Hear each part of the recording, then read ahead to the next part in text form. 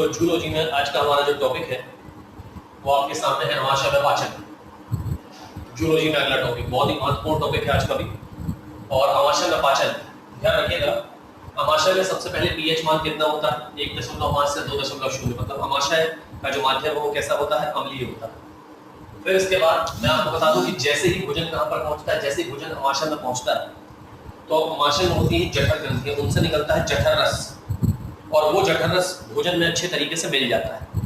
और आमाशय के अंदर होती है सलवटों वाली गति, तो वो जो सलवटों वाली गति होती है उसके कारण भोजन को अच्छे से कुचल करके और उसे लुब्धि में परिवर्तित कर दिया जाता है। तो भोजन की उस अम्लीय लुब्धि को नाम दिया जाता है क्या? कायम। भोजन की उस अम्लीय लुब्धि को हम क्या कहते हैं? कायम कहते हैं। याद रखिएगा, जैसे ही भोजन आमाशय में पहुंचेगा, आमाशय में जैसे भोजन पहुंचेगा उसमें जठर रस आकर मिलेगा और साथ में क्रमणकुंचन गति के कारण उस भोजन को लुब्धि में परिवर्तित कर दिया जाता है। तो भोजन की उस अम्लीय लुब्धि को नाम दिया जाता है क्या? कायम। कायम का निर्माण कहां पर होता है? आमाशय में होता है। ध्यान रखिएगा, कायम भोजन की अम्लीय लुब्धि है और उसका निर्माण आमाशय में होता है। अच्छा, आमाशय में जो जठर ग्रंथियां होती हैं, ठीक, लगभग 2 करोड़ जठर ग्रंथियां होती हैं।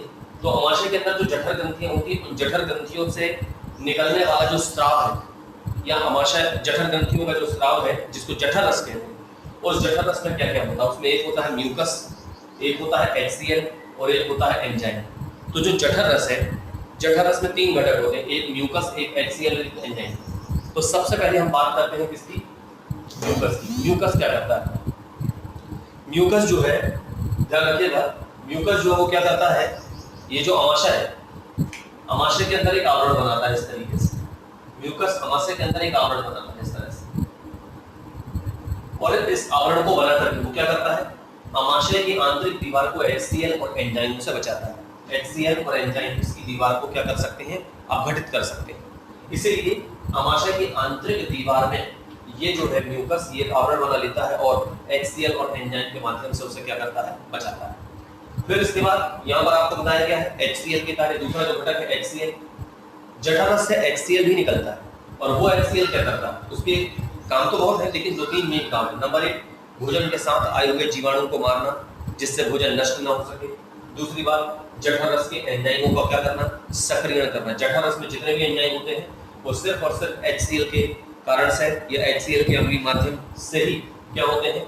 हम कहेंगे एक्टिवेट होते हैं, क्रियाशील होते हैं। और ध्यान रखना है कि यही HCl जो है, ये भोजन के साथ जो छोटे मोटे अस्थि युक्त भाग होते हैं उन्हें गलाने का भी काम करता है। लेकिन उसके 2 मेन काम है, भोजन के साथ आए हुए जीवाणुओं को नष्ट करना ताकि भोजन खराब ना हो सके, और दूसरी बात जठर रस के एंजाइमों का सक्रियण। ठीक है, ध्यान रखिएगा। फिर जठर रस में कौन कौन से एंजाइम पाए जाते हैं और उनके काम क्या है? तो जठर रस में पाए जाने वाले जो एंजाइम है उनका पहला नाम है क्या? पेप्सिन। पेप्सिन, पेप्सिन ये क्या करता है? ये जटिल प्रोटीन को सरल पेप्टोन्स में तोड़ता है। ये प्रोटीन पाचक एंजाइम है जो जटिल प्रोटीन को सरल पेप्टोन्स में तोड़ने का काम करता है। दूसरा जो एंजाइम है वो है रेनिन। रेनिन क्या करता है? रेनिन दूध के विलेय प्रोटीन को कैल्शियम पैराकैसिनेट, मतलब दही में बदलता है, थक्के में बदलता है। ठीक है, क्या होता है कि दूध जैसे यहाँ पर आता है तो तरल होने के कारण यहाँ से निकल जाता है, तो फिर उसका पाचन कैसे होगा? उसके प्रोटीन का पाचन कैसे होगा? ऐसी स्थिति में जैसे ही दूध यहाँ पर आता है उसमें तुरंत रेनिन मिलता है। रेनिन उस दूध को तुरंत थक्के में, मतलब दही में परिवर्तित कर देता है, उसे अविलेय कैल्शियम पैराकैसिनेट में परिवर्तित कर देता है, जिससे थक्का यहाँ रुक जाता है और पानी कहाँ निकल जाता है? आगे निकल जाता है। और इसके बाद जब ये थक्का यहाँ रुक जाएगा तो फिर पेप्सिन उस थक्के की प्रोटीन का पाचन यहाँ पर बड़ी सरलता से कर पाएगा। ठीक है, तो रेनिन जो है वो दूध के विलेय प्रोटीन को थक्के में बदलता है, ध्यान रखिएगा। तीसरा जो है वो जठर लाइपेज, ये क्या करता है? ये वसा का आंशिक पाचन करता है। ये वसा को आंशिक रूप से, मतलब थोड़े रूप में वसीय अम्ल और ग्लिसरॉल में परिवर्तित करता है। तो वसा का वसीय अम्ल और ग्लिसरॉल में परिवर्तन जठर लाइपेज के माध्यम से होता है। फिर इसके बाद बात करते हैं किसकी? म्यूसिन की। म्यूसिन क्या करता है? ये जठर रस के अम्लीय प्रभाव को क्या करता है? कम करता है। म्यूसिन जो है वो जठर रस के अम्लीय प्रभाव को क्या करता है? कम करने का काम करता है। तो इस तरह से म्यूसिन जो है, इसके मतलब महत्वपूर्ण काम में ये क्या होता है? यदि लगातार जठर रस स्रावित होता जाए और HCl लगातार बढ़ता जाए तो यहाँ एसिडिटी पैदा हो जाएगी, जलन होने लगेगी, ठीक है, और जल भी सकता है। ठीक, लेकिन ये म्यूसिन जो है ये अम्लीय प्रभाव को क्या कर देता है? कम करता है, साथ में भोजन को चिकना बनाने का भी काम करता है। तो इस तरह से जठर रस में पाए जाने वाले एंजाइमों में पेप्सिन, रेनिन, जठर लाइपेज और जठर म्यूसिन, ये 4 एंजाइम। ठीक, जो यहाँ पर महत्वपूर्ण भूमिका निभाते हैं। तो यहाँ से हमसे HCl के बारे में पूछा जा सकता है, काइल के बारे में पूछा जा सकता है और एंजाइमों के बारे में पूछा जा सकता है। तो हमें ध्यान रखना है कि अमाशय में 4 एंजाइम निकलते हैं, पेप्सिन, रेनिन, जठर, लाइपेज और म्यूसिन। फिर इसके बाद हम आगे चलते हैं। तो यहाँ से अमाशय से हम एक यू आकार के भाग में प्रवेश करते हैं। इस यू आकार के भाग को कहते हैं ग्रहणी या ड्यूडेनियम। मैं आपको बता दूं कि ग्रहणी या ड्यूडेनियम में कोई भी पाचक रस नहीं बनता। ग्रहणी या ड्यूडेनियम में कोई भी पाचक रस नहीं बनता, लेकिन क्या होता है कि जैसे ही HCl यहाँ पर आता है, जैसे ही अमाशय का HCl यहाँ पर आता है, तो इसकी दीवार जो है वो म्यूकस स्रावित करती है और उस म्यूकस के साथ 6 हार्मोन निकलते हैं, 6 हार्मोन। तो ग्रहणी के अंदर कोई भी पाचक रस नहीं बनता, लेकिन जैसे ही अम्लीय भोजन यहाँ पर आता है तो अम्लीय प्रभाव के कारण जो ग्रहणी की दीवार है वो अपने में से म्यूकस स्रावित करती है और उस म्यूकस से 6 हार्मोन निकलते हैं, 6 हार्मोन। और वो जो 6 हार्मोन हैं वो भोजन के पाचन में कुछ इस प्रकार महत्वपूर्ण भूमिका निभाते हैं। जैसे कि सबसे पहले मैं बात करूं हिपेटोक्राइनिन, पहला हार्मोन है हिपेटोक्राइनिन। ये क्या करता है, ये यहाँ पर स्रावित होता है हिपेटोक्राइनिन, और हिपेटोक्राइनिन जो सीधे जाता है यकृत में और उस यकृत को यकृतीय रस स्रावित करने के लिए क्या करता है, प्रेरित। याद रखिएगा, इस नलिका को नाम दिया जाता है संयुक्त पित्त वाहिनी या कॉमन बाइल डक्ट। संयुक्त पित्त वाहिनी या कॉमन बाइल डक्ट, ये जो मैंने यहाँ पर दिखाया, यहाँ से लेकर के यहाँ तक, इसे कॉमन बाइल डक्ट कहते हैं। ठीक है ना, कॉमन बाइल डक्ट इसलिए कहा जाता है क्योंकि यहाँ से बाइल जो है मतलब पित्त रस जो है वो आता है, यहाँ से अग्नाशय रस भी आता है, तो ये दोनों को साथ में लेके आती है संयुक्त पित्त वाहिनी।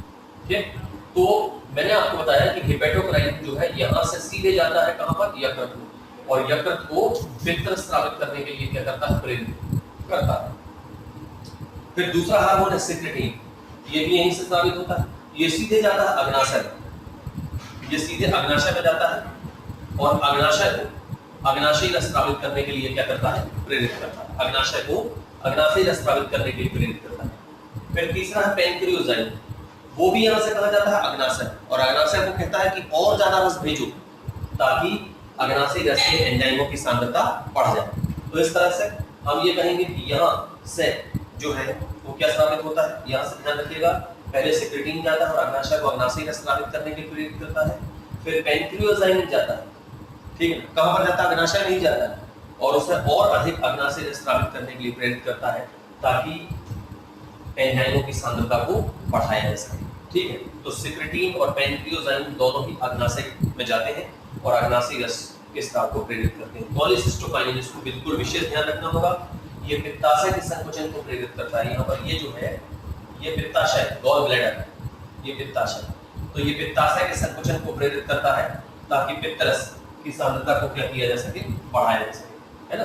तो कॉलिसिस्टोकाइनिन जो है इस पित्ताशय को संकुचित करता है ताकि पित्त रस भी जो है अधिक मात्रा में स्रावित हो सके। अगला है एंटेरोगेस्ट्रोन। एंटेरोगेस्ट्रोन जो है ध्यान रखिएगा, ये कहां पर जाता है, ये अमाशय में जाता है और अमाशय से निकलने वाले जठर रस के स्राव को बंद कर देता है, रोक देता है। ठीक, तो इस प्रकार से जठर रस के स्राव को रोकने का काम एंटेरोगेस्ट्रोन करता है। तो ये जाता है सीधे अमाशय में और कहता है कि जठर रस का स्राव बंद कर दिया जाए। इसके बाद अगला अंतिम हार्मोन है एंटेरोक्राइनिन। ये एंटेरोक्राइनिन जो है ये आंत में जाता है आगे और आंतरी रस स्रावित करने के लिए क्या करता है, प्रेरित करता है। तो सबसे पहले तो इनके आपको नाम पता होने चाहिए। हिपेटोक्राइन ये कहाँ जाएगा, ये यकृत में जाएगा, यकृत के पित्त रस को स्रावित करने के लिए प्रेरित करेगा।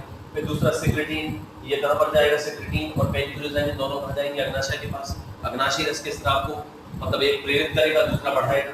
तीसरा जो है वो कहाँ जाएगा, वो पित्ताशय के संकुचन को प्रेरित करेगा, यहाँ से सीधे जाएगा पित्ताशय के संकुचन को प्रेरित करेगा। एंटेरोगेस्ट्रोन पांचवा, ये अमाशय में जाएगा, जठर रस के स्राव को रोकेगा। और लास्ट में एंटेरोक्राइन, ये सीधे यहाँ से कहाँ जाएगा, आंत में, और आंत को कहेगा कि आंत रस स्रावित करो, भोजन आ रहा है। और इस तरह से यहाँ पर ध्यान रखिएगा कि एक हार्मोन देकर के 4 काम दे सकता है और एक काम देकर के 4 हार्मोन दे सकता है। यहाँ से भी कुछ आ चुका हमारे पेपर में और दोबारा आएगा, इसीलिए हमारा ये पोर्शन भी बहुत महत्वपूर्ण है, इसको आप अच्छे से पढ़ लें। सभी लोग वीडियो को ध्यान से पढ़ें क्योंकि हमारे पास समय कम रहेगा, अचानक से आपके पेपर होंगे, ठीक है ना। ध्यान रखिए, मतलब कहने का ये हुआ कि यदि आप पढ़ाई यदि नहीं करेंगे तो उस समय अपने पास समय कम रहेगा, सिलेबस ज्यादा रहेगा, इसलिए आप समय रहते पिछली पूरी पढ़ाई करें और जैसे जैसे मैं थोड़ा थोड़ा पढ़ाते जा रहा हूँ आप पढ़ते चलिए, तो आपका कोर्स धीरे धीरे होता जाएगा। ठीक है, सभी लोग ध्यान से पढ़ें।